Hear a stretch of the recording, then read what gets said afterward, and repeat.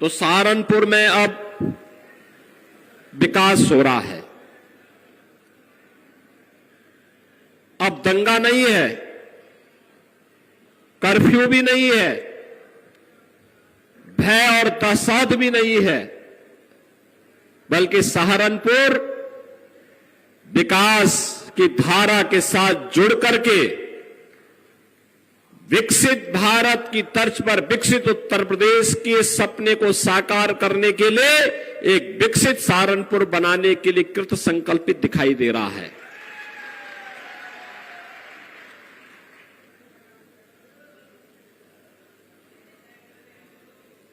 दिल्ली शामली सहारनपुर का जो हाईवे है या दिल्ली से देहरादून के बीच ग्रीनफील्ड एक्सप्रेस हाईवे का जो निर्माण हो रहा है, वह इस विकास की धुरी बनने जा रही है। बहनों और भाइयों, क्या नहीं था हमारे इस सहारनपुर में? मां गंगा और मां यमुना की कृपा थी, असीम कृपा। दुनिया की सबसे उर्वरा भूमि, यहां का मेहनती किसान, जिन अन्नदाता किसानों और जिन यहां के हस्तशिल्पी और कारीगरों की कारीगरी के सामने दुनिया फेल थी,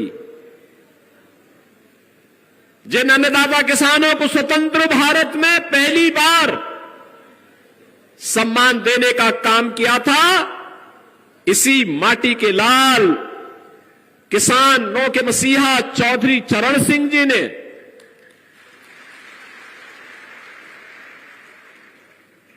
चौधरी चरण सिंह जी के द्वारा किसानों के हितों में किए गए कार्यों के प्रति कृतज्ञता ज्ञापित करने के लिए ही प्रधानमंत्री मोदी जी ने चौधरी साहब को भारत का सर्वोच्च नागरिक सम्मान भारत रत्न दिया है। बहनों और भाइयों, इन मेहनतकश किसानों, श्रमिकों, कारीगरों, हस्तशिल्पियों के सामने दुनिया फेल थी। उन लोगों को उपेक्षित छोड़ दिया गया था। सपा हो, बसपा हो, कांग्रेस हो, इन सरकारों की दंगा पॉलिसी के शिकार हो गए थे। यहां का विकास बाधित हो गया था। अन्नदाता किसान आत्महत्या करने के लिए मजबूर हो गया था, नौजवान प्लान करने के लिए मजबूर हो गया था, बेटियां सुरक्षित नहीं थी, व्यापारी सुरक्षित नहीं था, और जातीय खेमों में बांट करके लोगों ने सामाजिक ताने बाने को छिन्न भिन्न करने का काम किया था। और दुष्परिणाम क्या हुआ? कभी देश गुलाम हुआ, कभी हमारे ऐतिहासिक पृष्ठभूमि से जुड़े हुए आस्था के केंद्र तोड़े गए, कभी कावड़ यात्रा पे रोक लगाई गई, कभी सिख विरोधी दंगे होते हैं। कहीं पर किसी भी प्रकार की कोई व्यक्ति अपने आप को यानी सुरक्षित महसूस तो नहीं करता था। और जिस सहारनपुर में असीम संभावना थी, प्रकृति और परमात्मा की सीम कृपा थी कि वह शिक्षा के केंद्र के रूप में काशी की तर्ज पर विकसित हो, उसको मजहबी उन्माद और फतवों का शहर बना करके रख दिया गया। यह है देश के खिलाफ साजिश करने वालों की करतूत। ये लोग किस प्रकार की करतूत करते थे? जिसमें संभावना थी अन्नदाता किसानों को के माध्यम से देश को दुनिया की एक ताकत बनाने की, जिन हस्तशिल्पी और कारीगरों में ताकत थी कि दुनिया का सबसे अच्छा कारीगरी दिखा करके वे भारत का नाम दुनिया के सामने करें, जिन नौजवानों के अंदर एक जज्बा था कि वह जीवन के प्रत्येक क्षेत्र में नेतृत्व दे सकते हैं। जिन व्यापारियों में ये हौसला था कि दुनिया को अपने में समेट सकते हैं, इन सभी को एक एक करके दरकिनार करके मजहबी उन्माद का केंद्र सहारनपुर को बना दिया गया। और बहनों और भाइयों, गंगो भी उससे वंचित नहीं था। मुझे याद है 2016 में जब सिख विरोधी दंगे हुए थे यहां पर,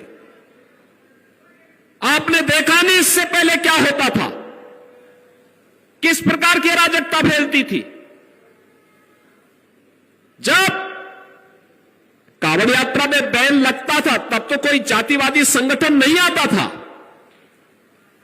सबके मुंह सिल लिए जाते थे, क्योंकि तब की सरकारें जिन गुंडा और माफियाओं के ऊपर संरक्षण देती थी, जिन मजहबी ताकतों के सारे पर कार्य करती थी, जिनके सामने घुटना टेक करके उस समय कार्य करती थी, वे लोग कभी भी इस प्रकार की चीजों को स्वीकार नहीं कर सकते थे। और बहनों और भाइयों, परिणाम क्या रहा? परिणाम क्या रहा? जिस बेटी को अपने मां बाप के संरक्षण में अच्छी शिक्षा प्राप्त होनी चाहिए थी, बेटी तो जब शादी योग्य होती है तभी ससुराल जाती है, नहीं तो मां बाप के संरक्षण में अच्छी पढ़ाई करती है। उस बेटी को असमय हॉस्टल में या दूर रिश्तेदार के घर में डर के मारे मां बाप की भेज देते थे। बहनों और भाइयों, यह स्थिति लगातार पैदा करने का प्रयास हुआ। व्यापारी भी असुरक्षित था, व्यापार नहीं कर पाता था, प्लान करता था, किसान को उसकी उपज का दाम नहीं मिलता था, अराजकता का तांडव था। जब कुछ नहीं हो पाया इन लोगों से विकास का कार्य, पहले से बंद चल रही चीनी मिलों को ही बंद करके बेचना प्रारंभ कर दिया। यही तो होता था सपा बसपा कांग्रेस के समय। और आपने पिछले 10 वर्ष में मोदी जी के नेतृत्व में बदलते हुए नए भारत को देखा है। ये नया भारत, दुनिया के अंदर भारत का सम्मान बढ़ा है, सीमाएं सुरक्षित हुई हैं, आतंकवाद नक्सलवाद समाप्त हुआ है, विकास के बड़े बड़े कार्य हो रहे हैं, highway, railway, metro, university, medical college, engineering संस्थान, ये सभी कार्य हो रहे हैं। और गरीब कल्याणकारी योजनाओं की तो कोई सानी ही नहीं। क्या मोदी जी ने योजनाओं का लाभ देते समय किसी की जाति देखी थी क्या? 80 करोड़ लोगों को पिछले 4 वर्ष में फ्री राशन मिल रहा है। 80 करोड़ लोगों की देश के अंदर भूख का कलंक सदैव के लिए समाप्त हो जाए। जो भूख कांग्रेस ने दी थी देश को, जिस देश के गरीबों को भूखों मरने के लिए कांग्रेस के नेतृत्व ने छोड़ दिया था, कांग्रेस, सपा, बसपा ये सब एक ही थैले के चट्टे बट्टे हैं, कोई अलग नहीं है। ये वोटों के सौदागर हैं, चुनाव के समय दिखेंगे, बाकी संकट के समय सब गायब हो जाएंगे, गायब हो जाएंगे, किसी का अता पता नहीं होता है। और बहनों और भाइयों, यही कहने के लिए आए हैं हम लोग कि इस देश को भूखों मरने के लिए छोड़ दिया था कांग्रेस ने, सपा ने, बसपा ने। देश को 80 करोड़ लोगों को फ्री में राशन मोदी जी के नेतृत्व में मिल रहा है, अगले 5 वर्ष तक निरंतर मिलेगा। कोरोना में दुनिया उभर नहीं पाई अभी तक, लेकिन भारत में कोई संकट कोरोना का नहीं। 60 करोड़ गरीबों को देश के अंदर 5 लाख रुपए की स्वास्थ्य बीमा का कवर। कोई गरीब इससे पहले बीमार होता था, लगता था परिवार अब तबाह हो जाएगा, लेकिन बहनों और भाइयों, आज आपके पास एक गारंटी है। अगर कोई दुर्भाग्य से बीमार हुआ तो कह सकता है 5 लाख रुपए की स्वास्थ्य बीमा का कवर मेरे पास है, मैं उपचार कराऊंगा। और